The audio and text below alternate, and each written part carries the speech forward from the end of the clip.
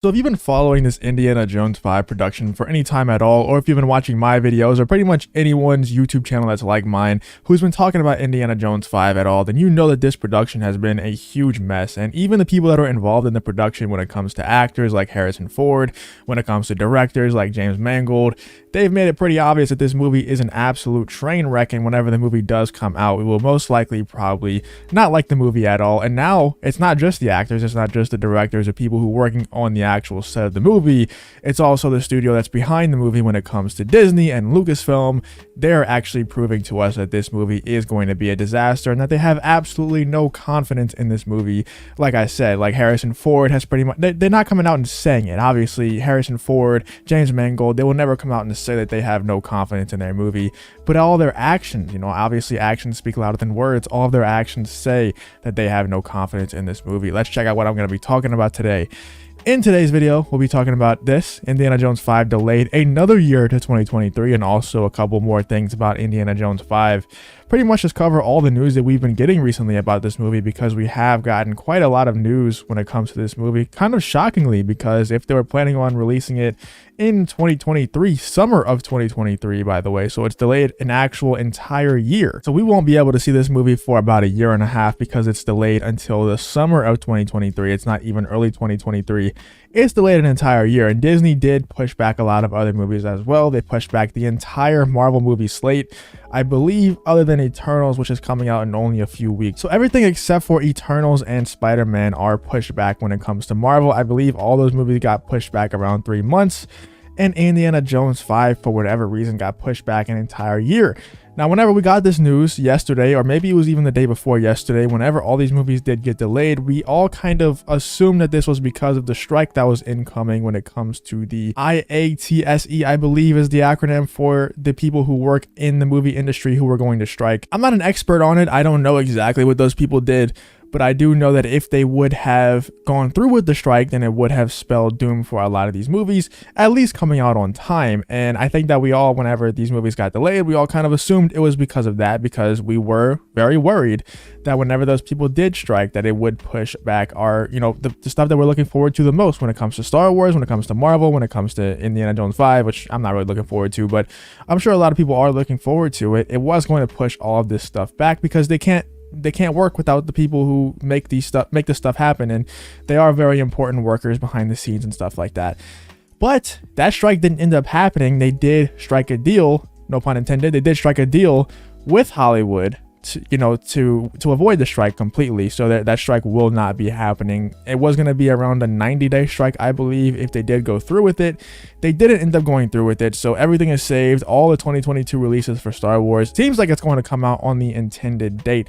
Hopefully that stays. Hopefully everything works out okay with that. Hopefully they get paid. Hopefully they work the proper amount of hours that they should be working, all that stuff. But back to Indiana Jones 5, I think them delaying this an entire year, whereas all the Marvel movies only got delayed around 3 months, them delaying this movie an entire year, it does show a lot. It does show a lack of confidence from the studio, in my opinion, that this movie is going to be good. Maybe they're pushing it back to make some script changes. Maybe they're pushing it back to do a lot of reshoots.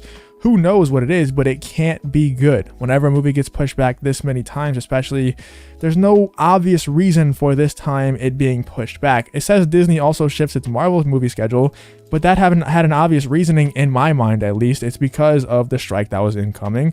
I thought maybe it's different. Let me know in the comments if you know why exactly that is. But they only pushed back those Marvel movies around 3 months. They're pushing back this Indiana Jones 5 release an entire year, like I said, and there is no strike. The strike is averted. The strike got avoided. So there's no reason for them to push this back other than an extreme lack of confidence in the movie. I think a lot of the fans have an extreme lack of confidence in the movie. And like I said, James Mangold made it obvious that he has a lack of confidence in this movie whenever he got mad at Matthew Kadish on Twitter for saying that the movie was going to be bad. Now, look, I'm not ever the type of person that's going to try to convince people that a movie is going to be bad before it comes out. I will give my opinion. I will say I don't think that this movie is going to be good. But what Matthew Cadish did on Twitter was he was kind of saying, hey, I don't think that Indiana Jones 5 is going to be good. Here's why you shouldn't think it's going to be good either. That's never going to be me. I'm never going to try to convince others that a movie will be bad before the movie comes out or before the movie even begins production. And I think that's why James Mangold kind of took offense to his tweet, is because he was trying to convince other people, get other people on board with the fact that Indy 5 will be bad. I'm not about that, and it seems like James Mangold wasn't about that either, but the way James Mangold responded was so unprofessional and also so telling at the same time, and I think it revealed that he has an extreme lack of confidence in this movie. He just kept saying how my team and I will knock ourselves out trying to make something good. He kept saying how, Matthew Cadish doesn't know anything, he's a basement dweller and stuff like that, a grifter, I think he even called him. Just saying all those buzzwords that all those weirdos try to call us. And I'm not saying that I'm, with Matthew Cadish. I'm not involved in the Salty Nerd podcast or anything like that. I'm saying our side of YouTube, where we actually criticize Hollywood and don't just ride on their, what's constantly like the other side of YouTube does, who try to criticize us. We actually do criticize Hollywood. And yeah, there are people out there who do definitely grift. They do definitely just criticize Hollywood no matter what they do.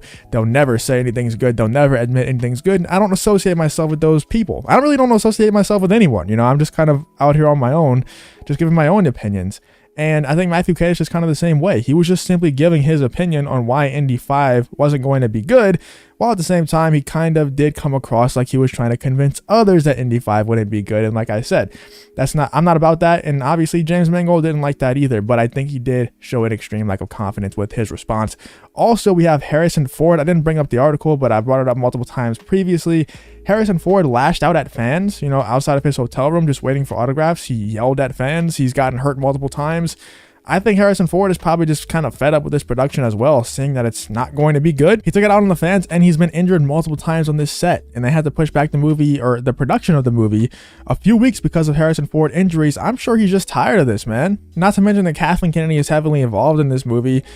She's probably has a big part in the ruining of this movie, in the poor production that this movie is going through, and the hiring of James Mangold. He's not a bad director, but he's not Steven Spielberg. He's not one of the best of all time, and he didn't handle himself very well on social media. He didn't show an extreme confidence in this movie. Neither has Harrison Ford. Neither has Kathleen Kennedy.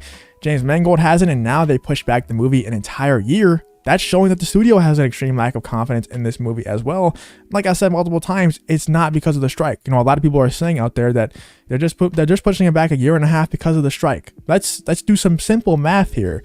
Even if they had the strike, which the strike was completely avoided, the strike is not happening. A 90-day strike is not going to push back a movie an entire year. Let's just say I think the Marvel movies pushed back because they were scared about this strike, or maybe it was for another reason. Like I said, let me know in the comments if you know why it is. They pushed back their movies 3, maybe 4 months. And I think that would be around where a movie would get pushed back because of a 90-day strike, would be around 3 or 4 months, max 6 months. They're not going to push back a movie an entire year because of a 90-day strike. That's just not how it's going to work, especially because they shot a lot of the movie already. They've been in production for a long time. I think that this is going to cost them a lot of money, because I think they're going to do a lot of script changes and a lot of reshoots, because they know this movie is not good. This movie will not please fans, and I don't think no matter what they do with the reshoots, no matter what they do with the script changes, they're just not going to please fans. Harrison Ford is just too old. James Mangold is just not that good of a director. He's not one of the best of all time. I don't think that he'll make this movie bad, because he's not a bad director. He made some good movies. Ford v Ferrari was pretty good. I don't think he's a bad director. I just think that this current Lucasfilm regime, Kathleen Kennedy at the head, is just not good. I think Star Wars 2022 will be good because she is focused on Indy 5. She's not really that involved in Star Wars anymore, but because she's so focused on Indy 5 and that because that's her baby, I think she's going to ruin this too. Let me know what you think about this movie being pushed back an entire year, and the fact that we won't see it for a year and a half because it's not coming out until summer of 2023. Let me know what you think about the Marvel movies being pushed back and all that stuff. What do you think about this whole situation? Let me know what you think in the comments. If you did enjoy this video, please leave a like on the video and subscribe to the channel. If you want to follow me on Twitter, the link to that will be in the description as well. Thank you for watching the video. Hope to see you next one.